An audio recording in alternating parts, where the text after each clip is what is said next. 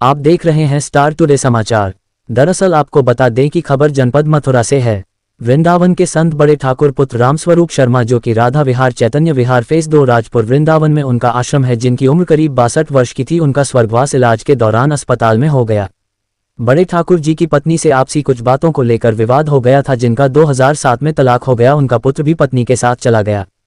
करोड़ों की संपत्ति सोने चांदी के रूप में नकदी 2007 में ही अपनी पत्नी को भरण पोषण के लिए दे चुके हैं।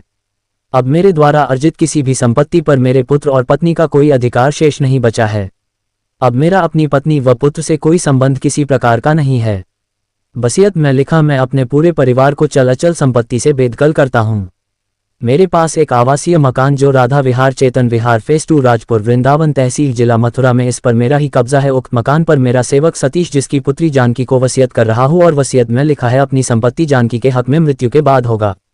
चल अचल संपत्ति बैंक में जमा धन राशि, आज जो कुछ भी मेरे पास है वह बैंक आदि की नॉमिनी भी जानकी है। बैंक लॉकर अथवा भविष्य में मेरे नाम से कोई लेन देन होता है, उसका मालिक जानकी पुत्री सतीश मेरे समान ही इस वसीयत के आधार पर होगी।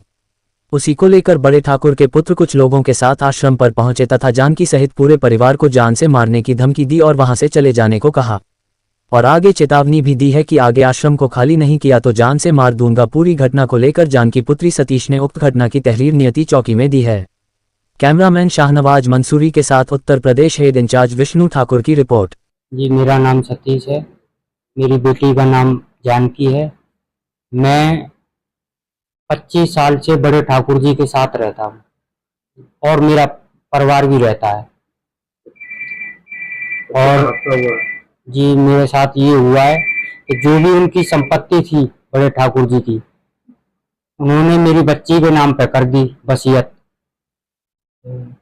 वसीयत करने के बाद में वो बीमार हो गए। बीमार होने के बाद में हॉस्पिटल में उनकी डेथ हो गई।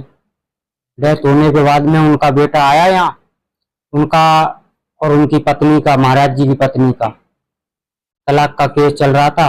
उनका 2007 में तलाक हो चुका था। उनका जो भी हर्जा खर्चा था महाराज जी ने उनके हिस्से का उनको दे दिया और बेटा को दे दिया अपना हिस्सा। कुछ हिस्सा जो इनकी महाराज जी की खुद की कमाई थी, उस हिस्सा में से महाराज जी ने मेरी बेटी के नाम पे कर दिया, वसीयत बना दी। महाराज जी की डेथ के बाद में उनका लड़का यहाँ आया, यहाँ मुझे आके धमकी दी कि मैं तुझे मार दूंगा, और यहाँ से गाड़ी ले गया और महाराज जी की जितना भी सोना चांदी था और कुछ कैश सब ले गया यहाँ से। कब की घटना है? कब आए थे वो यहाँ पर? वो आए थे यहाँ पे 10 तारीख को। तो आपने इसके बारे में कंप्लेंट रजिस्टर कराई कोई? जी, हम डर गए थे। आपने कंप्लेंट नहीं दी गई? नहीं, कंप्लेंट नहीं। वो